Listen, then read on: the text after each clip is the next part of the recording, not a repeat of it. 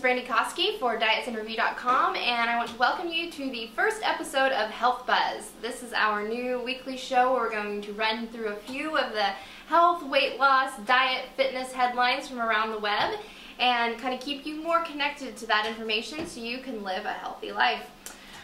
Today I was really intrigued by this story over at thatsfit.com. It's Get Hooping, Whittle Your Waistline and Have Fun. And apparently hula hooping is making a pretty big comeback, both for fun and for fitness, which I think is great. It's summertime, so maybe you can get out there and hula hoop with your kiddos. They're saying that you can burn about 10 calories per minute of hula hooping. That seems like a calorie burning bargain to me. You can trim your midsection, you can tone your arms, and you can burn a whole lot of calories. So head over to That's Fit and check out more on hula hooping.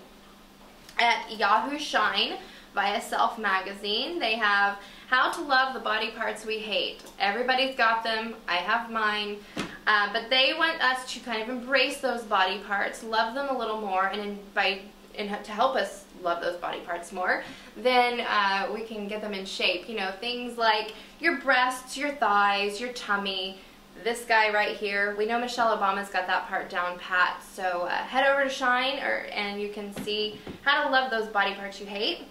And the last from our Around the Web roundup comes to us from PhysiqueSpeak.com, and they've got post-workout diet tips. So things that you need to eat after your workout, because they don't want us to waste that exercise. And it's a really good point, because if you're not eating the right things or not eating at all after your exercise, your workout's kind of for waste, especially if you're doing weights. You need to eat some protein after you eat to kind of help that muscle repair and build. So PhysiqueSpeak.com, check out the post-workout eats. What's happening at dietsinreview.com this week? Well, we have got the 6 things you need to know before you take a sip.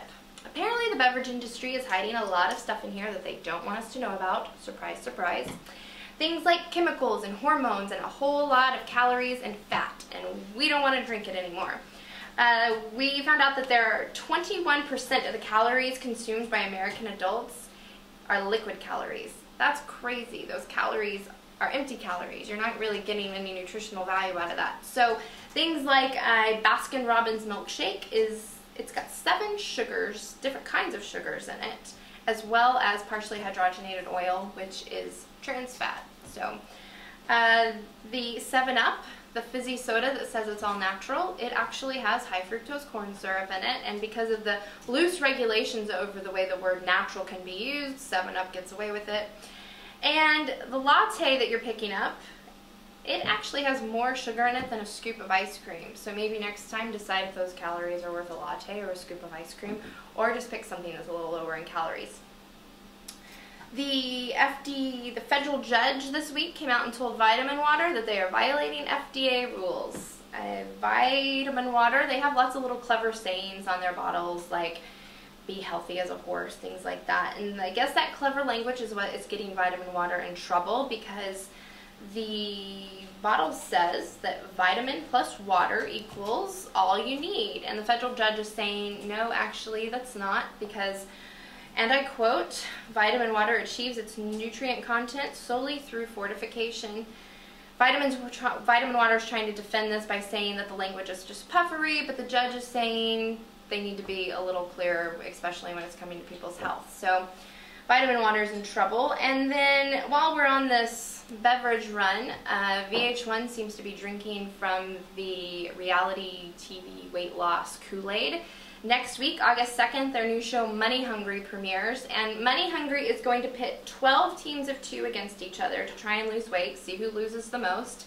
But this time, each of those teams has to pony up their own $10,000. It's not being sponsored. There's not just a free prize at the end. So I'm wondering, would you be willing to pony up 10 grand of your own money, go on national TV, try to lose weight? It's going to be interesting. You can watch the trailer over at dietsinreview.com, and it looks a little real world-ish. So all of these people are going to head in, live in a house together.